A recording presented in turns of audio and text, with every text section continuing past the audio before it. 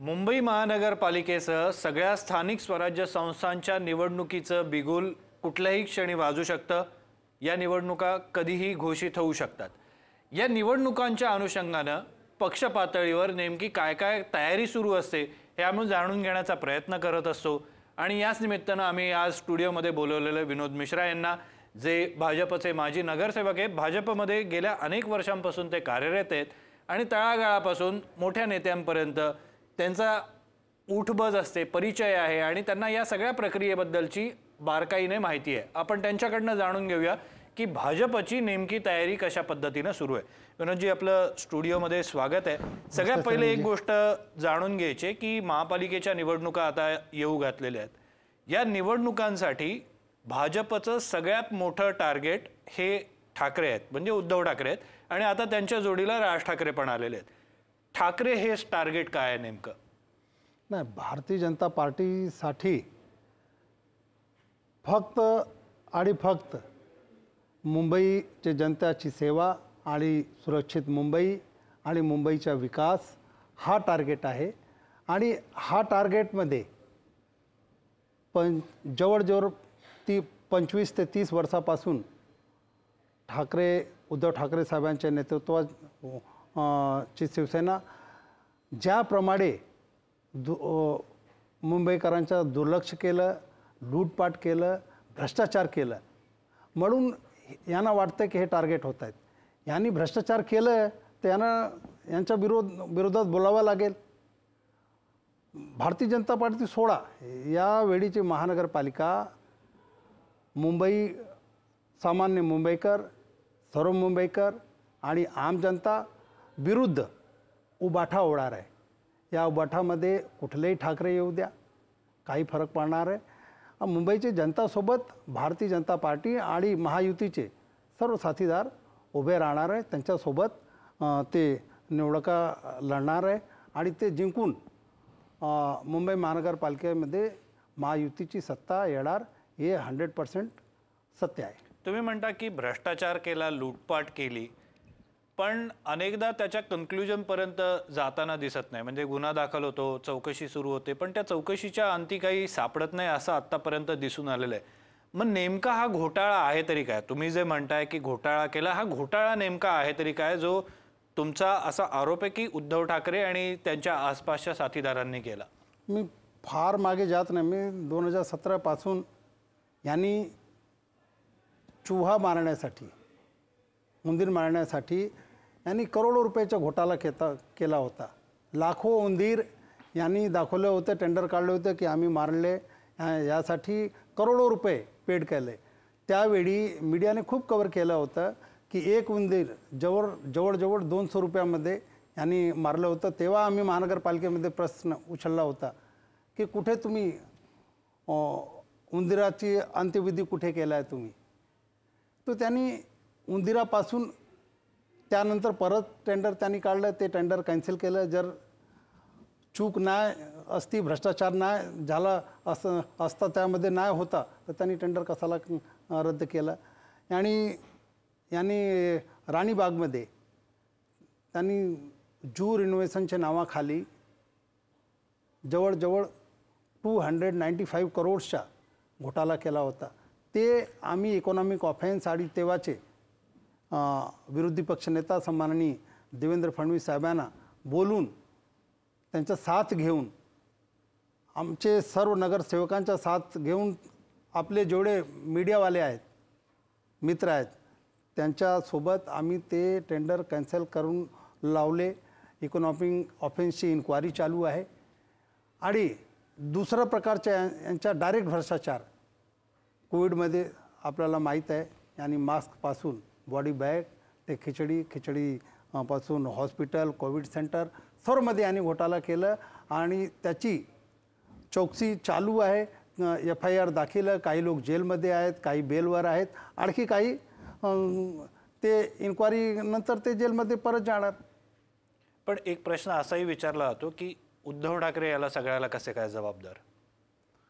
नाही, जर हे सरळ जबाबदार आहे ना। जर हे बोलता की मी हे करून दाखवलं, हे केलं, जर तुम्ही जे न्याय केला आहे त्यासाठी तुम्ही बेस्ट मुख्यमंत्री, तर तुम्ही घरी बसून तुम्ही खिताब घेत होता की आम्ही हे केलं ते केलं, कोविडमध्ये असं केलं तसं केलं. तर कोविडमध्ये जो भ्रष्टाचार झाला, जो मुंबईचा फुटपाथ गायब झाला, जो मुंबईचा रस्ता गायब झाला, ह्याची जबाबदारी पण तर त्यांना घ्यावा लागेल ना. तर ते उबाठा शिवसेनाचे तेव्हाचे ते नेतृत्वकर्ता होते, त्यांचे नेतृत्वामध्ये शिवसेना काम करत होती. आणि त्यांचे लोक जे ठेकेदार ज्यांना कॉन्ट्रॅक्ट मिळत होते त्यांचे जवळचे होते, आसपासचे आजूबाजू त्यांचे बगलबच्चे होते, त्यांना टेंडर मिळत होता. तर ते डायरेक्ट इनडायरेक्ट ते जबाबदार आहेत. मुंबईकर जनताला सर्व माहीत आहे, सर्व विदित आहे की ह्यांनी सगळं केलं गोल. नाही, पण त्यांच्याकडनं एक दावा असाही केला जातो की बिडिंग प्रोसेस असते, बिडिंगमध्ये जो लोएस्ट असेल त्याला ते कॉन्ट्रॅक्ट दिलं जातं, मग आमचा भ्रष्टाचार याच्यात कुठे काय येतो? हां, त्यामध्ये मी एक एक्झाम्पलसाठी तुम्हाला सांगतो की हे कसं काय तेव्हा ते लूट करत होते. एक कॉन्ट्रॅक्ट चरचा होतो, चर आपण ट्रेंच, रस्त्याच्या बाजूला चर असते, चर बुजवण्यासाठी एक टेंडर निघाला होता. जवळजवळ 750 कोटीचा टेंडर होता. त्या टेंडरमध्ये त्यांनी 7 जूनसाठी 7 निविदाकाराला त्यांनी ठेकेदाराला त्यांनी फायनल केलं होतं. आणि त्यासाठी डमी कोण बीड करणार आहे ते पण त्यांनी रिंग केलं होतं. आणि कोणाला किती भरायचं ते पण यांनी नक्की केलं होतं. जे टेंडर 30 ते 32% खाली जायच्या, लोएस्ट व्हायच्या, त्यांनी 40 ते 45% वर गेला होता. हे मी एक दिवसा अगोदर सांगितलं की हे 7 लोकांना एवढा प्रेस कॉन्फरन्स घेऊन मी मीडियाला कळवलं, लोकांना कळवलं की यांनी एवढा कोट केलं. उद्या टेंडर जेव्हा उघडेल तेव्हा ह्या लोकांना 7 लोकांना हे बीड असेल. नेक्स्ट दिवशी टेंडर उघडलं गेलं, जे मी बोललो होतं ते आलं. तर यांचा एक फायनान्शियल क्राईम, एक काय नेक्सस सारखा ते करत होते. खूप ह्याच्यात टेक्निकल लोक होते, टेंडर माफिया होते, अधिकारी होते, सेठजी होते, हे सगळे लोक होते. नेते मंडळीपासून सगळे लोक होते. यांना वाटत होतं की यांची सत्ता कधी जाणार नाही, हे अमरपट्टा घेऊन आले आहेत. लेकिन ह्यांना नाही विसरलं पाहिजे आणि कोणालाही नाही विसरलं पाहिजे, कोणी अमरपट्टा घेऊन आला नाही. आणि यांची जो लूटपाट होती ते सत्ता गेली. आणि आम्ही अपोजिशनमध्ये राहून यांच्या भ्रष्टाचाराचे जेवढे मुद्दे होते तेवढे आपण रस्तेपासून महानगरपालिकेपर्यंत आम्ही उचलला. आमचे जे मुंबईकरांचे मुद्दे होते, यांचे भ्रष्टाचाराचे मुद्दे होते, आमचे तेव्हाचे विरोधी पक्षनेता माननीय देवेंद्र फडणवीस साहेबांनी, तेव्हाचे अध्यक्ष माननीय आशिष शेलार साहेबांनी, आत्ताचे अध्यक्ष माननीय आमदार अमित साटम साहेबांनी वेळोवेळी विधानसभेमध्ये त्यांनी उचलला, आंदोलन केले, आमच्यावर केसेस पण झालं. ते सिद्ध झालं ना की यांनी कशाप्रमाणे यांनी भ्रष्टाचार केलं आहे. यांनी 25 वर्षात जवळजवळ 3 लाख कोटीचा यांनी भ्रष्टाचार केला आहे. ते जबाबदार आहेत ना उद्धव ठाकरेंनी. हां, शिवसेनाच्या 3 लाख कोटी, मतलब उबाठा शिवसेनाच्या जवळजवळ 3 लाख कोटींचा भ्रष्टाचार आहेत. अच्छा, मग एवढे पैसे ठेवत कुठे असतील ते? त्यांना विचारलं पाहिजे की ते कुठे ठेवतात, त्यांची गेम कुठे ठेवतात, मला माहीत नाही. त्यांना विचारलं पाहिजे, ते योग्य उत्तर देऊ शकतील. ओके, एक प्रश्न जो नेहमी विचारला जातो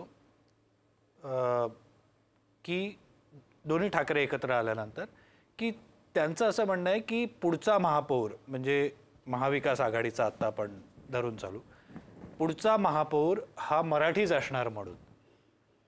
भाजपची जर सत्ता आली तर तुम्ही असं सांगताय का की तुमचाही महापौर हा मराठीच असेल म्हणून?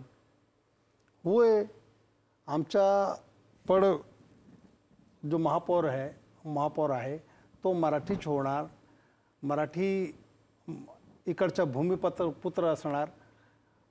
याच्यात 2 मत नाही आहे की महाराष्ट्रात आणि मुंबईमध्ये मराठी भाषिक आणि मराठीचा सन्मान झालंच पाहिजे. आणि सर्व लोकांना ते राखलंच पाहिजे, ह्याच्यात दोन मत नाही. पण मग ते सारखं भाजपला टार्गेट का करतात की तुम्ही उत्तर भारतीयांचा पक्ष आहे, तुम्ही शेटजींचा पक्ष आहे, तुम्ही अमक्याची बाजू घेणारा पक्ष आहे? नाही नाही, हे बघा की मी उत्तर भारतीय किंवा दक्षिण भारतीयापेक्षा मी भारतीय जनता पार्टी भारतीयांच्या राजकारण करतो की जेवढे भारतीय आहेत त्यामध्ये उत्तर भारतीय असू द्या, मराठी असू द्या, गुजराती असू द्या, मद्रासी असू द्या, कोळी असू द्या, जे भारतीय आहे त्यांच्या जीवनमान उच्च कसा काय करू शकतो त्यासाठी भारतीय जनता पार्टीची सत्ता, भारतीय जनता पार्टीचे नेते कार्यकर्ते सतत कार्य करत असतात. आणि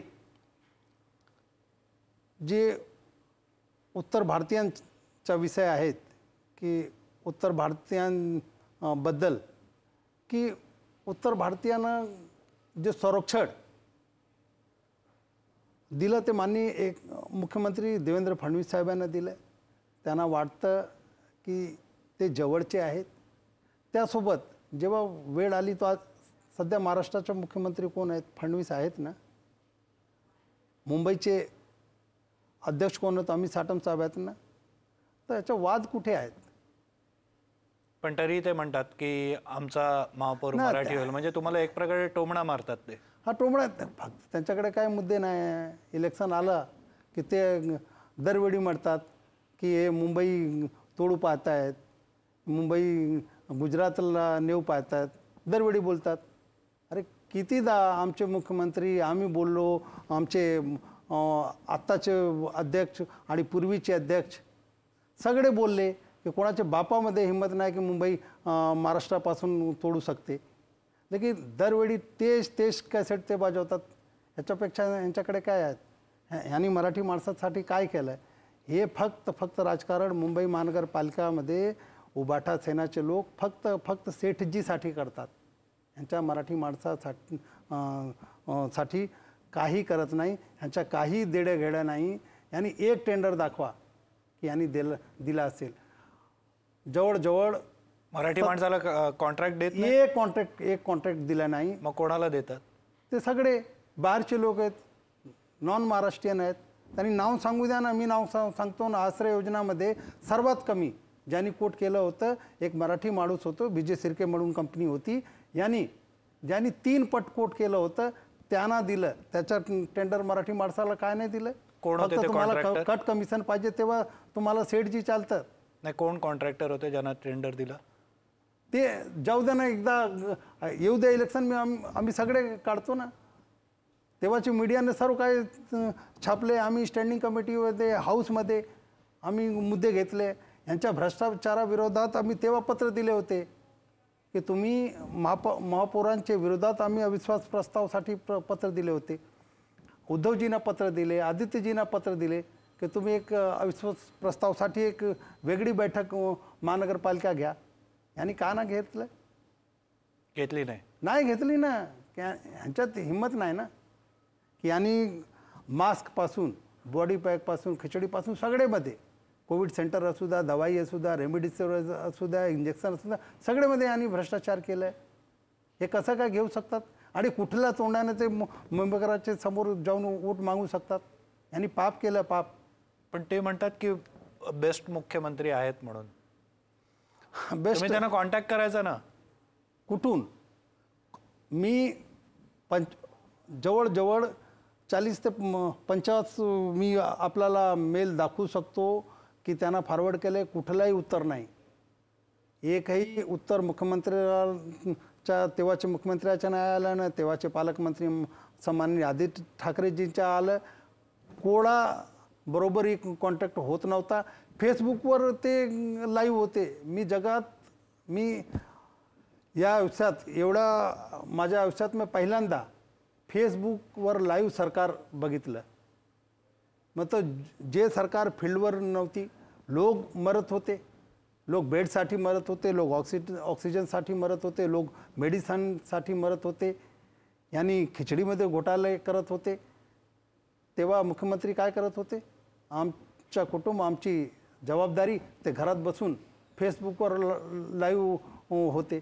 फेसबुक लाईव्हवर सांगा सर कसा काय आपण संपर्क करू शकतो? आपण तो फक्त ऐकू शकतो ना, बोलू शकत नाही की वन वे कम्युनिकेशन आहे.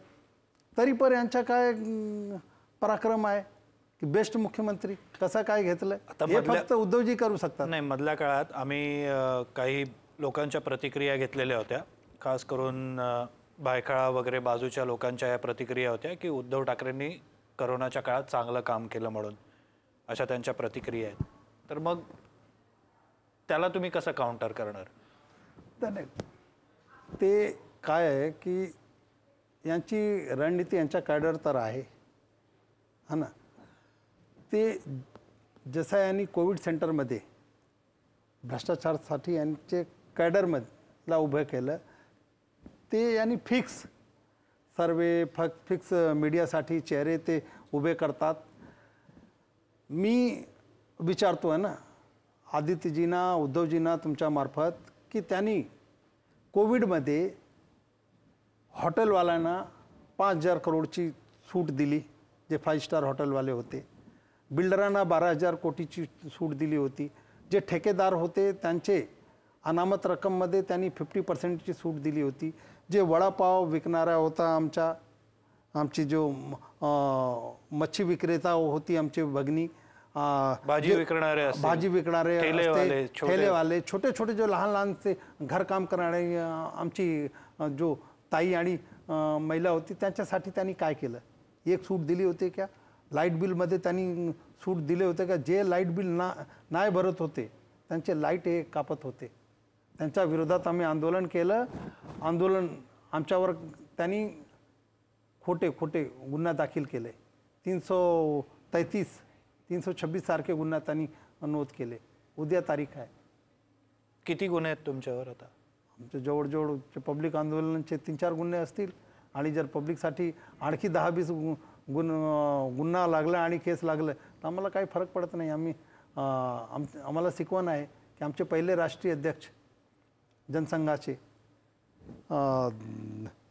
डॉक्टर श्यामाप्रसाद मुखर्जी यांनी देशासाठी, धर्मासाठी आणि एक देश एक विधानसाठी त्यांनी सत्तेला लाथ मारून आपले जीवाचे बलिदान दिले आहे. आम्हाला त्यांची शिकवण आहे. आम्ही केसची पर्वा करत नाही, किती झालं तरी लोकांसाठी आम्ही केस घेत. तुम्ही धर्माचा उल्लेख केलात. आता मुंबईमध्ये एक लढाई आहे ती मराठी विरुद्ध उत्तर भारतीय अशी आहे. दुसरी लढाई आहे ती हिंदू वर्सेस अल्पसंख्याक अशी एक लढाई आहे. तर मग या सगळ्या लढाईमध्ये आता 2 पातळ्यांवर ही लढाई केलेली आहे. असं म्हटलं जात आहे की मराठी मतं ही ठाकरेंच्या बाजूने उभी राहतील आणि हिंदूंची मतं ही देखील राज ठाकरेंमुळे ठाकरेंच्या बाजूने जातील.